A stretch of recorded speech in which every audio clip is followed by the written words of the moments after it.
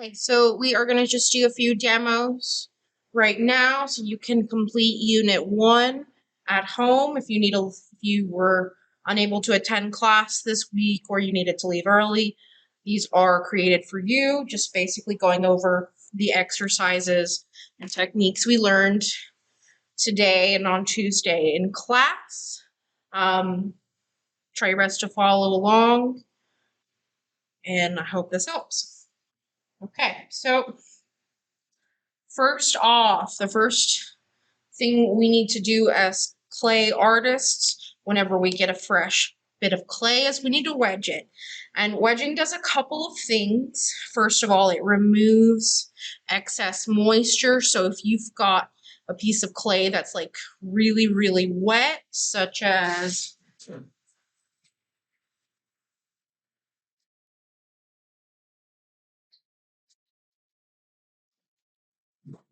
this right here. So this clay is really wet and you can kind of already sort of see the difference, but the biggest indicator is I can sort of push my thumb into this and my thumb kind of comes out clean. But if I push my thumb into this one, I'm getting stuff coming out. So it's sticky. So the best way to make this workable is to just wedge it. So wedging looks like a couple of different ways. We're going to sit here and you're going to sort of brace on your feet and don't use your wrists to wedge. You want to use your body weight. Because if we wedge with our wrists, you're going to cause some, like your arms are going to be sore. That's unnecessary. You're creating tension and eventually carpal tunnel potentially. So when we wedge, what we're doing is we are just using the bases of our palms because that's the sturdiest part, and we're just pushing it in. And we don't want it to get thin this way. We want it to just stay compact, and we're pushing forward with the base of our palm, pulling up, rolling back, and just repeating. We're going to keep repeating this motion, and every now and again we're just going to rotate it till eventually we have a good consistency, or in some cases we're looking to get rid of air bubbles. So we wedge to remove air bubbles because air bubbles in some cases can be unhelpful, and removing them will help you do things like roll out slabs without air pockets or create sculptures. So we are going to do that basically every time we pull out clay.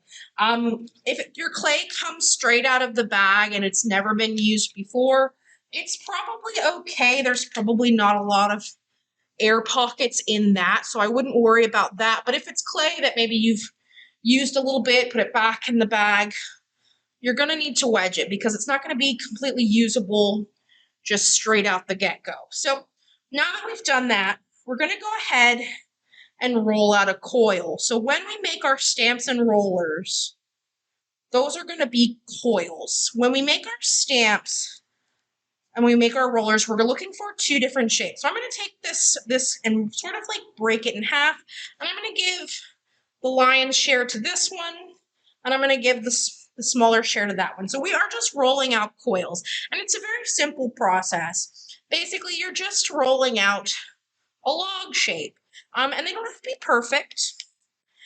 For the stamps, however, we are looking for this end to be fairly flat and not too many dents.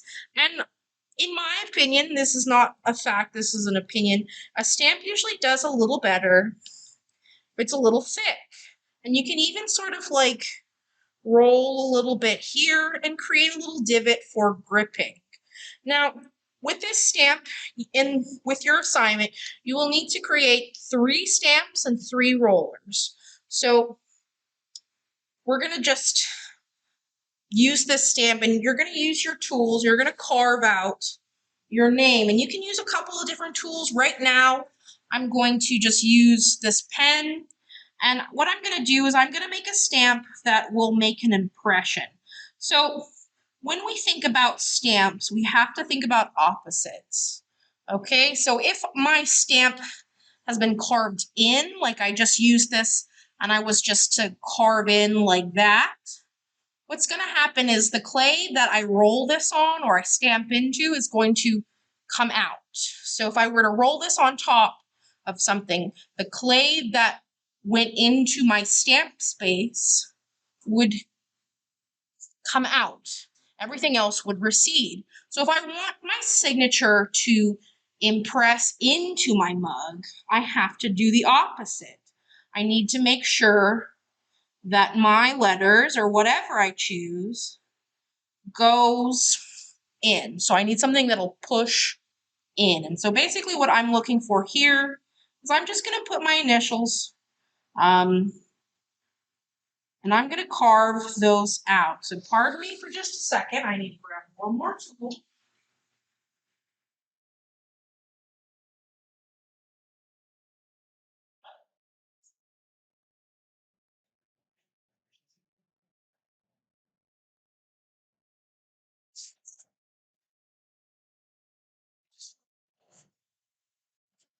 So in your ceramics kit you buy at the store, you should get a tool that looks like this. This is a trimming tool, but it's also good for carving.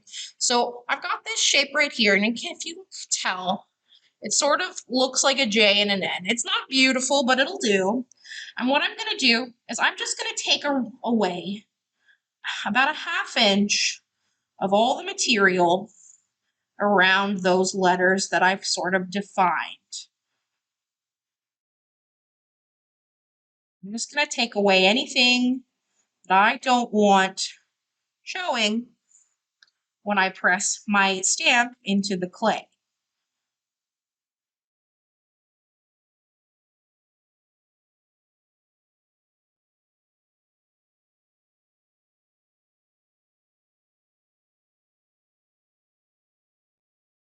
Now I'm moving pretty fast, but this would happen. Now notice as I'm sort of carving away, it's not exactly the prettiest stamp. If I were to carve this when it was a little bit drier, when we're looking at the specific consistency we want, that would be perfect for this, is leather hard. So if my consistency here were leather hard, then I would have a pretty good stamp. I wouldn't have so much of these little boogers. You see how that's sort of stuck in my tool? All of these little bits would be less present, and I wouldn't have to go back and clean up quite so much. And that's going to be really important, cleaning up your stamp after you're done with it, because if you have a lot of like sort of ugly crummy bits in your stamp while you're trying to use it, you might not get as clean of a signature as what you'd like. So it might not be quite as an effective stamp. We want effective stamps. There's no point in making a stamp that doesn't work.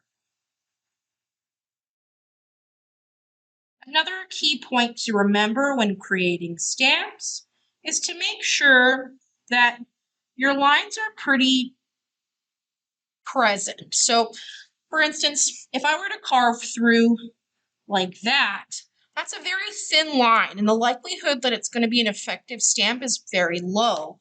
However, if I were to take my carving tool and dig through like that, that's a lot wider, and it'll impress into my clay much more effectively. So I'm going to finish up my little name stamp here.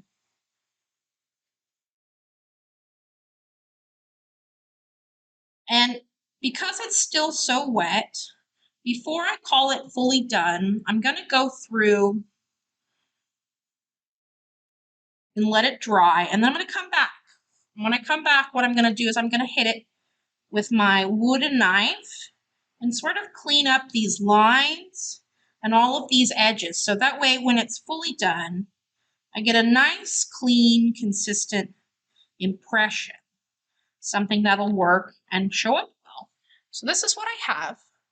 Now, remember, this is backwards on camera, but it's forwards in real life. So what's going to happen is whatever, especially if it's words, especially if it's letters, you're going to need, I did this wrong and I'm realizing that now, but when you push something into something, it's going to read backwards. So if you want your initials to work correctly, you need to flip them. So they need to be backwards letters. So what I'm going to do later is here on the other side, when it's a little drier, I'm going to hit that with the backwards version of this JN. But all in all, this isn't too bad. This is a pretty good stamp. This should work effectively. You will need 3 of these. 2 of these will just be patterns, and 1 of them needs to be your signature stamp. All right, so I'm going to set this aside to work on for later. Now, a roller. What is a roller? I've got a couple rollers already made that I'll show you here, and I'll sort of show you how they work.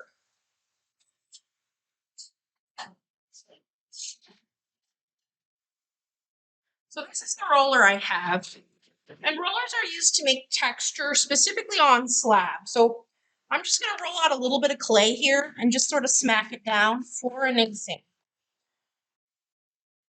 This isn't the official way, but this is my roller. This is what it looks like, and this is what yours will look like when it's done. So we make them in this cylindrical shape so we can just roll it across, and it'll create a texture. So I'm going to do that right now, and you'll get an idea of what that looks like. So now that I've rolled it across, you'll see that I have a sort of line texture that's kind of interesting.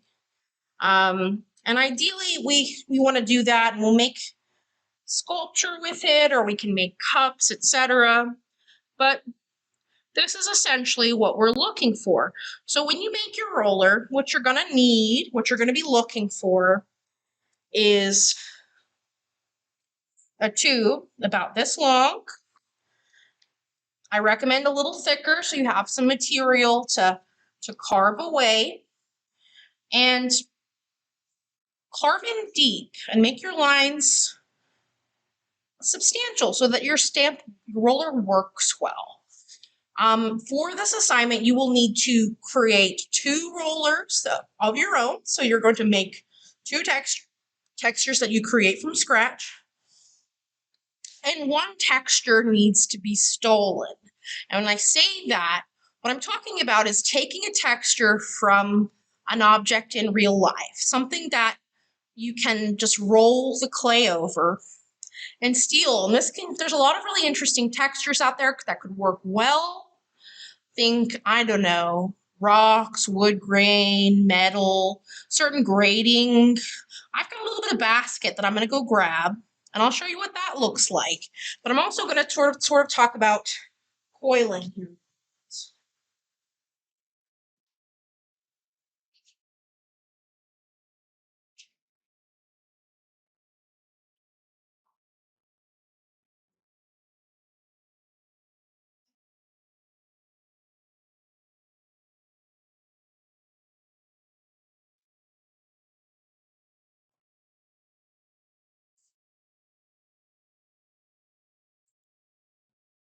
So I'm going to steal my texture from this mesh.